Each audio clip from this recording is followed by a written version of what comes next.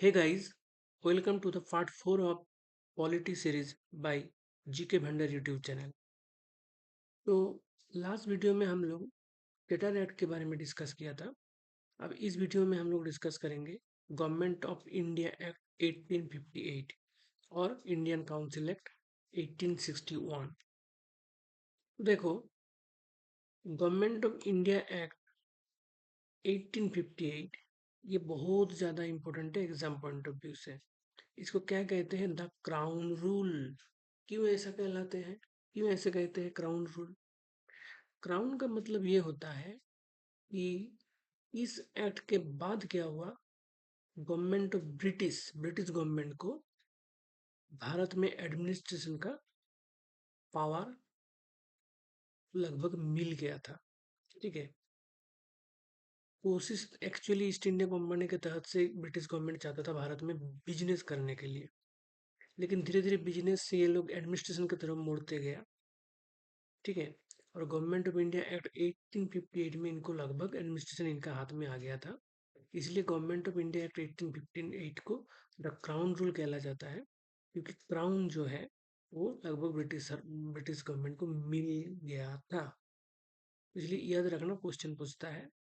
और इसी एक्ट के दौरान जो गवर्नर जनरल ऑफ इंडिया का जो कोड था उसको चेंज करके वाइसरॉय ऑफ इंडिया बना दिया गया। और पहला वाइसरॉय ऑफ इंडिया कौन था? पहला वाइसरॉय ऑफ इंडिया था लॉर्ड कैनिंग। ठीक है। क्वेश्चन पूछता है, याद रखना, पोस्ट को क्या बना दिया गया? गवर्नमेंट जनरल ऑफ इंडिया का पोस्ट बन गया वाइसरॉय ऑफ इंडिया। और फर्स्ट ऐसे वाइसरॉय ऑफ इंडिया था लॉर्ड कैनिंग। देखो, इस एक्ट का सबसे इम्पोर्टेंट पॉइंट यहाँ पर ये हो जाता है, एंडिंग ऑफ डबल गवर्नमेंट। हम लोग देखे थे रेगुलेटिंग एक्ट 1773, उसमें क्या बन गया था? एक्चुअली पीस पीट्स इंडिया एक्ट आया था उसके बाद 1784 में। उसी पीट्स इंडिया एक्ट के दौरान डबल गवर्नमेंट का शुरुआत हुआ था। ठीक है। डबल गवर्नमेंट का मकसद ये था कि ईस्ट इंडिया कंपनी का जो कॉमर्शियल रोल है भारत में उसको रेगुलेट करना, और उसका जो पॉलिटिकल रोल था, पॉलिटिकल अफेयर्स था ईस्ट इंडिया कंपनी का, उसको रेगुलेट करना। अलग अलग बोर्ड, या तो अलग अलग कह सकते हो, मतलब दोनों को अलग तरीके से ट्रीटमेंट देने के लिए ब्रिटिश सरकार ने डबल गवर्नमेंट का शुरुआत किया था by means of Pitt's India act 1784। ठीक है। पिट्स इंडिया एक्ट 1784 के दौरान डबल गवर्नमेंट का निर्माण किया गया था, ताकि ईस्ट इंडिया कंपनी का पॉलिटिकल अफेयर और ईस्ट इंडिया कंपनी का कमर्शियल अफेयर अलग से डील किया जाए। इसलिए एक था कोर्ट ऑफ डायरेक्टर, जिनका काम था ईस्ट इंडिया कंपनी का कॉमर्शियल अफेयर्स को देखना, जो कि 1773 रेगुलेटिंग एक्ट के दौरान ही बन गया था। ठीक है।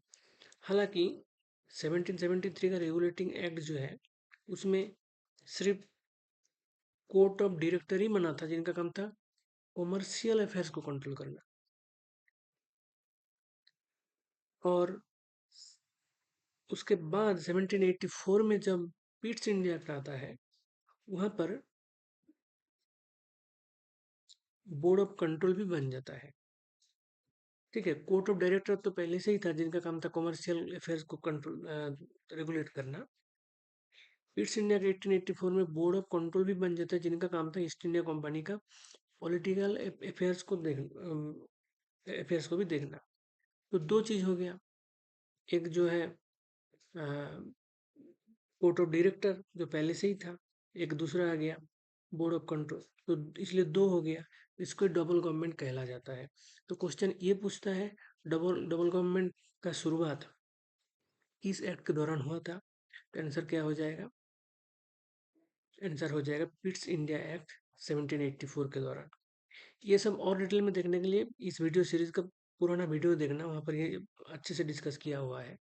और आज क्या पता चला इस वीडियो के माध्यम से, गवर्नमेंट ऑफ इंडिया एक्ट 1858 के दौरान वो वाला डबल गवर्नमेंट का एंडिंग हो गया। ठीक है। फिर कैसे रेगुलेशन कैसे होगा?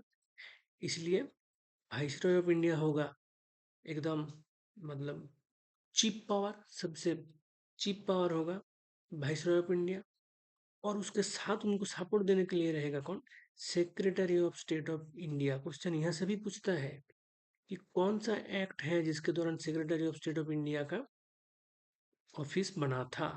आंसर हो जाएगा गवर्नमेंट ऑफ इंडिया एक्ट 1858। और ये जो secretary of state for India होगा, इस ये इसका मेंबर कौन होगा? इसका मेंबर आएगा ब्रिटिश कैबिनेट से, कोई भारतीय नहीं होगा, ब्रिटिश कैबिनेट का इनका मेंबर आएगा। और इसी secretary of state for India के अंडर में एक एडवाइजरी बॉडी रहेगा। क्या रहेगा? एडवाइजरी बॉडी रहेगा, जो इस एडवाइजरी बॉडी के अंदर 15 मेंबर्स रहेगा, 15 मेंबर रहेगा इस एडवाइजरी बॉडी के अंदर।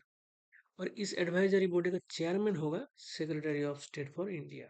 तो समझ रहे हो, 15 मेंबर का जो ये एडवाइजरी बॉडी है वो मदद करेगा किसको? Secretary of state of India को। और secretary of state of India किसको मदद करेगा एडमिनिस्ट्रेशन में? वाइसरॉय ऑफ इंडिया को। फर्स्ट वाइसरॉय ऑफ इंडिया कौन कौन था?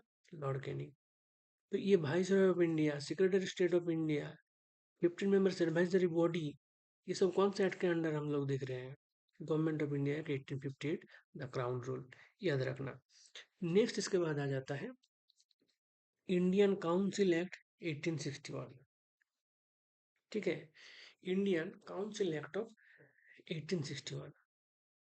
यहाँ पर क्या हो जाता है, लॉर्ड कैनिंग जो है, हम लोग देखे थे जब भाई गवर्नमेंट ऑफ इंडिया एक्ट 1858 के दौरान जो वाइसरॉय ऑफ इंडिया का पोस्ट आया था, तो first viceroy of India Lord Canning ही था।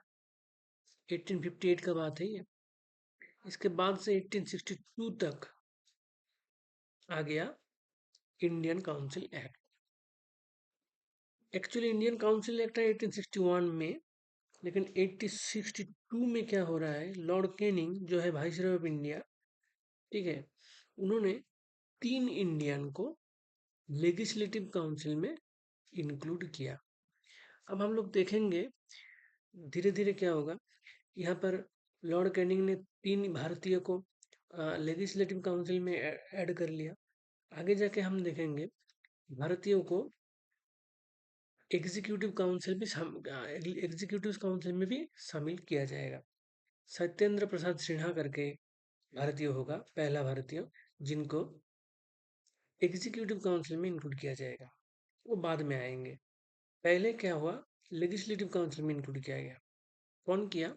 1862 में लॉर्ड कैनिंग। किस एक्ट के दौरान किया? Indian council act of 1861। कौन सा वो 3 भारतीय था जिनको लेजिस्लेटिव काउंसिल में लॉर्ड कैनिंग ने ऐड किया? एक थे राजा ऑफ बनारस, एक थे महाराजा ऑफ पाटियाला, और एक थे sir Dinkar Rao. Raja of Banaras, Maharaja of Patiala और सर दिनकर दिनकर राव, ये 3 भारतीयों को लॉर्ड कैनिंग लेजिस्लेटिव काउंसिल में इंक्लूड किया bye means of Indian council act 1861। तो ये था आज का वीडियो। आगे का हिस्ट्री देखने के लिए जीके वेंडर यूट्यूब चैनल को जरूर सब्सक्राइब कीजिएगा। Stay tuned guys, thank you very much.